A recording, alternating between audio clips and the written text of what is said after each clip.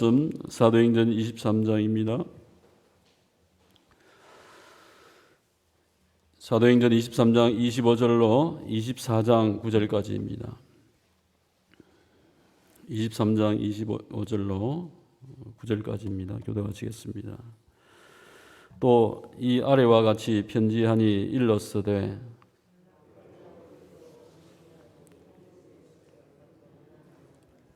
이 사람이 유대인들에게 잡혀 죽게 된 것을 내가 로마 사람인 줄 들어 알고 군대를 거느리고 가서 구원하여다가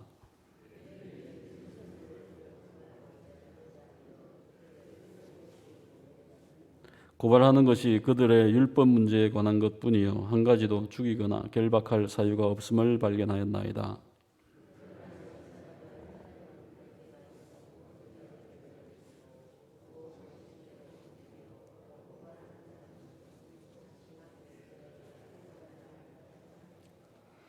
보병이 명을 받은 대로 밤에 바울을 데리고 안디바드리에 이르러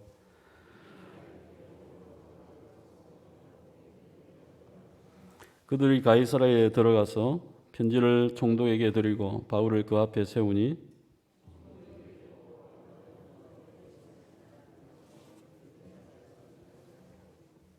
이르되 너를 고발한 사람들이 오거든 너의 말을 들으리라 하고 해궁궁에 그를 지키라 명하니라.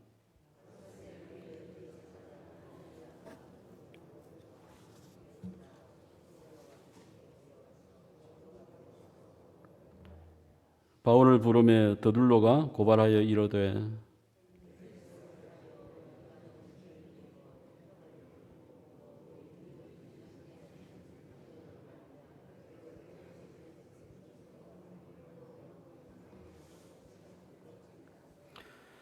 당신을 더 괴롭게 아니하려 하여 우리가 대강 여짜옵나니 관용하여 들으시기를 원하나이다.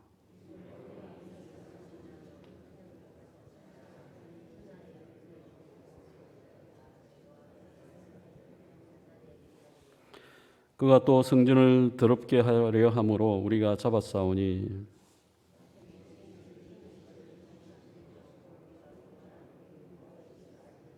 같이 읽습니다. 유대인들도 이에 참가하여 이 말이 옳다 주장하니라. 하나님 아버지 감사합니다. 하나님의 은혜 속에서 한 주간을 지켜주시고 오늘 또 이 새벽에 주님께 나와서 예배하며 기도합니다. 주의 긍휼과 주의 동행하심이 오늘 하루 우리의 삶들 속에 충만케 하시고 기도 가운데 주님과 동행하는 시간 되게 하여 주옵소서. 마음의 염려와 근심이 주 앞에서 녹아지게 하시고 해결되게 하여 주시옵소서. 올라오면서 귀한 물질을 바친 손길이 함께 하시고 모든 제목 가운데 하나님의 긍휼과 응답이 있게 하시며 우리의 모든 삶이 날마다 하나님을 인하여서 윤택한 삶이 되게 하시고 주와 즐거워하는 기뻐하는 한날 되게 하여 주옵소서. 병자와 아픔 속에서 기도하는 모든 가족들을 기억하시고 은혜 주시옵시며 말씀하여 주옵소서. 예수님의 이름으로 기도합니다. 아멘. 바울 사도가 이제 예루살렘에서 급하게 호송이 결정되어지고 가이사랴 지역으로 이제 피신을 가게 되어지는 상황이 되어지죠. 그곳에서 이제 재판을 이제 받게 되어지는 것입니다. 이때 천부장이 가이사랴에 있는 상관인 벨릭스라고 하는 총독에게 이제 편지를 보내는 것이죠. 진술서를 올려야지 정확한 경위를 알 수 있는 것입니다. 그래서 26절부터 30절까지 글라우디오 루시아 천부장의 이름이 나오는데요. 이 천부장이 벨릭스에게 이 사건을 보고한 내용이 경위에 대한 설명이 이 말씀 속에 나오고 있습니다. 이 내용을 자세히 보면요, 천부장은 자신에게 좀 불리한 내용은 생략하고 있습니다. 예를 들면 그가 로마 시민인 것을 알고 달려가서 그를 구했다라고 되어 있는데요. 사실상 그게 아니죠. 소동이 나서 쫓아가가지고 막 결박하고 붙잡고 이 같은 과정이 있고 나중에 한참 지나고 나서 내가 로마인이다, 로마 시민이다라고 이제 알려준 것이죠. 하지만 여기에서 보면 이제 좀 내용이 좀 왜곡되고 있습니다. 그 다음에 그들 자신이 이 바울을 로마 시민권을 가진 자를 채찍질하려고 하였고 뭐 이런 부분에 대해서는 언급이 아예 안 되어 있습니다. 어쨌든 이 문서의 중요한 것은 바울 이 친구는 지금 여기에 미결수로서 아직 결정을 당하지 않은 죄수와 혐의가 있는 혐의자로 지금 있지만은 무죄하다 하는 것이 편지의 결론입니다. 천부장 자신의 견해인 것을 보게 되어집니다. 31절과 32절 속에 보면 이제 이동을 하였던 이야기가 나오는데요. 보병이 그 다음 날 안디바드리에 도착하였다. 이 도시는 예루살렘에서 한 60km 떨어진 곳입니다. 60km면 적지 않은 곳이죠. 밤에 지세가 험한 그 산악 지역을 움직였다고 하는 것인데 굉장한 강행군을 해서 바울 사도를 빼돌리고 있는 것을 보게 되어집니다.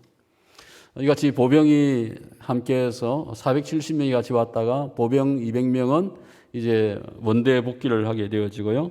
나머지 한 10여 킬로 정도는 이제 기병이 그 바울을 호송하게 되어진 것을 여기서 이야기해 주고 있습니다. 33절로 35절 속에 보게 되어지면 이제 총독이 바울을 만나가지고 몇 마디 이제 먼저 질문을 던지는 이야기인데요. 바울을 향하여서 너는 어느 영지에 속하였느냐? 너희 지방이 어디냐? 너희 고향이 어디냐 하는 얘기죠. 그의 관할 지역은 벨릭스의 관할 지역은 굉장히 넓었지만은 자기 관할 지역이 아닌 시민을 재판한다고 하면 나중에 좀 문제가 생길 수 있는 것입니다. 그래서 질문을 하였더니 나는 길리기아의 다소가 나의 고향입니다라고 하니까 길리기아 지역이면 자치 지역이 아니기 때문에 자기가 관할할 수 있는 지역이었습니다. 그래서 바울을 재판할 생각을 해야 하는 상황이죠. 로마 시민이니까.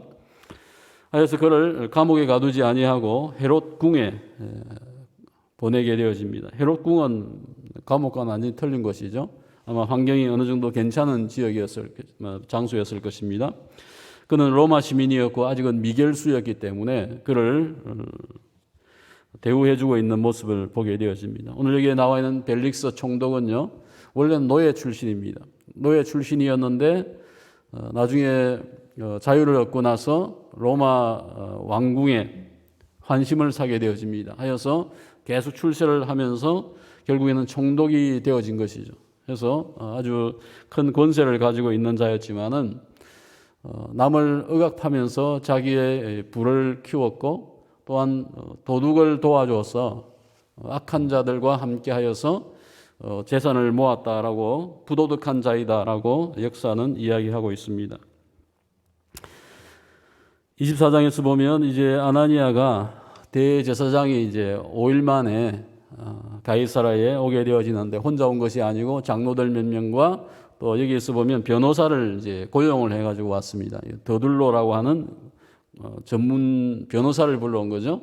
변호사는 이제 경험이 있고 어떻게 고소를 하면은 이 바울을 이제 가두을 수 있고 죽이든지 어떤 처벌을 할 수 있다라고 생각했기 때문에 이 변호사를 이제 불러온 것이죠. 처음에는 이제 어떻게 하면 암살단을 조직해서 바울을 죽일 것이냐라고 이제 그와 같이 했다가 그것이 실패하자 이번에는 전문 고용인 변호사를 불러서 바울을 이제 해하려고 하는 것을 보게 되어집니다. 하나님의 복음을 해방하는 사탄의 역사가 아주 집요하다 하는 것을 저희가 깨닫게 되어집니다. 더들로는 먼저 이야기하면서 벨릭스에게 아주 당신 때문에 저희가 참 복을 만났고 많은 것이 개선되었고 하면서 아부를 하는 모습을 보게 되어집니다. 그리고 5절로 9절까지 보게 되어지면 더들로가 이제 고소한 내용이 나오는데요. 여기에는 세 가지 부분이 나옵니다. 첫 번째, 이 바울 이 친구는 곳곳에서 일으키는 세상을 시끄럽게 하고 소란케 하는 천하의 말썽꾼이다 하는 얘기죠. 무슨 얘기입니까? 로마 제국을 어지럽힐 수 있고 로마 제국을 소동케 하여서 이 제국의 법을 지키지 못할 세상을 어지럽게 하는 말썽꾼이다라고 이야기를 하고 있는 것입니다. 로마 제국의 질서와 유지를 해치는 자이기 때문에 이 자를 처벌해야 된다고 하는 얘기죠. 종교적인 문제였는데 이것을 정치적인 문제로 바꾸면서 나쁜 자이다라고 이야기하였고, 두 번째 뭐라고 하였습니까? 바울은 나사렛 이단의 괴수이다라고 이야기하였습니다. 나사렛 이단이라는 표현을 썼거든요. 왜 이와 같은 표현을 썼겠습니까? 당시에 유대교는 로마 제국의 합법적인 종교였습니다. 숫자도 많이 있었고 어느 정도 유대인의 전체가 다 이 유대교를 신봉하니까 로마 제국에서 유대교는 정상적인 종교이다, 전통적인 종교이다라고 하였지만은 오늘 여기 변호사는 뭐라고 합니까? 나사렛 이단이다. 그러니까 유대교가 아닌, 합법적인 종교가 아닌 어떤 지방에서 나사렛이라고 하는 그 좋지 않은 도시에서 시골 마을에서 나온 이단이다. 그와 같이 이제 이야기를 하는 거죠. 이것은 사이비 단체이다.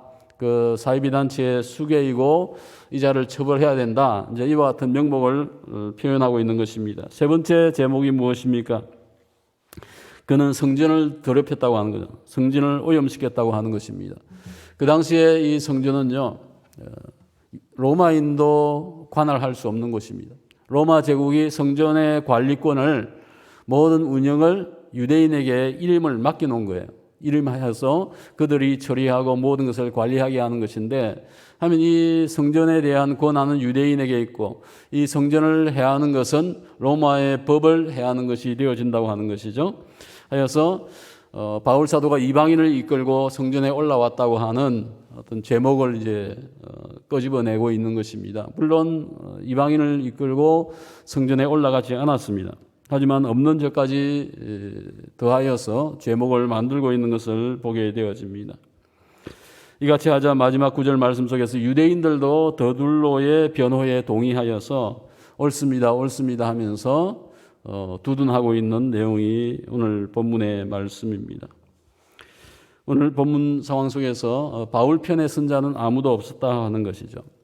변호사를 또 장로들 대제사장이 나와서 바울을 이제 고소하는 상황들 속에서 그의 편에 선 변호사는 없었다고 하는 것이고, 바울 자신이 변호사가 되어지고 자기 스스로 변호를 해야 되는 상황 속에 있습니다. 주님의 길로 간다고 하는 것, 또 사명의 길로 간다고 하는 것은 오직 십자가를 지고 가야 하는 고독한 것인 것을 저희가 깨닫게 되어집니다.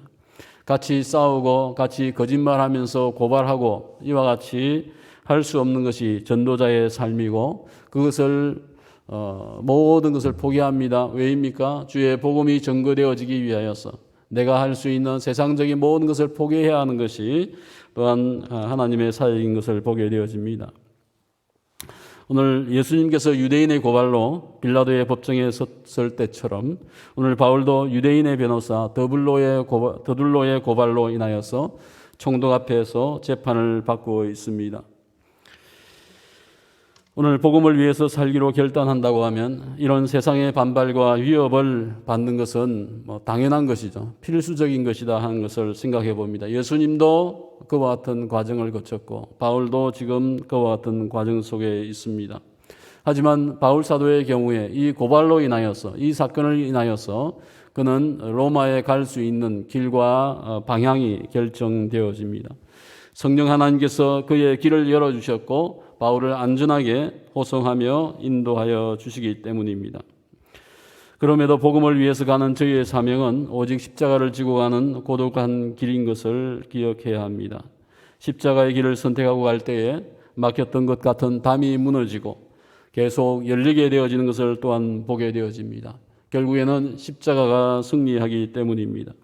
오늘 우리가 살고 있는 세상 속에는 십자가를 지고 가는 삶은 아니지만은 우리는 여러 환경들 속에서 십자가를 만나게 되어지고 또 그리스도를 위해서 살고 있다고 하는 것을 깨닫게 되어집니다. 코로나의 상황들 속에서 우리는 많은 불편함을 느끼고 또 세상을 소란케 한다. 또는 많은 명목을 찾아서 기독교를 박해하고 있는 상황들 속에 있습니다. 세상이 교회를 고소하고 이해하지 못하는 이와 같은 것은 오늘 당연하다 하는 것을 기억해야 합니다.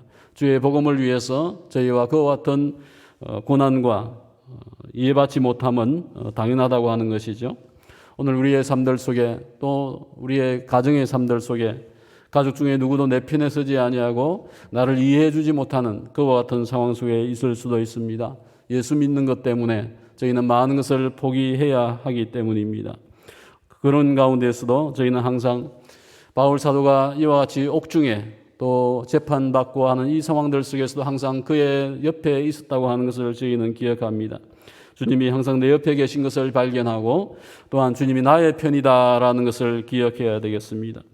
주님과 복음을 위하여서 주와 동행하며 어떠한 말과 오해를 듣는다고 하여도 세상이 비난 고소하여도 십자가의 길 위에 서시기를 축원합니다. 하나님 아버지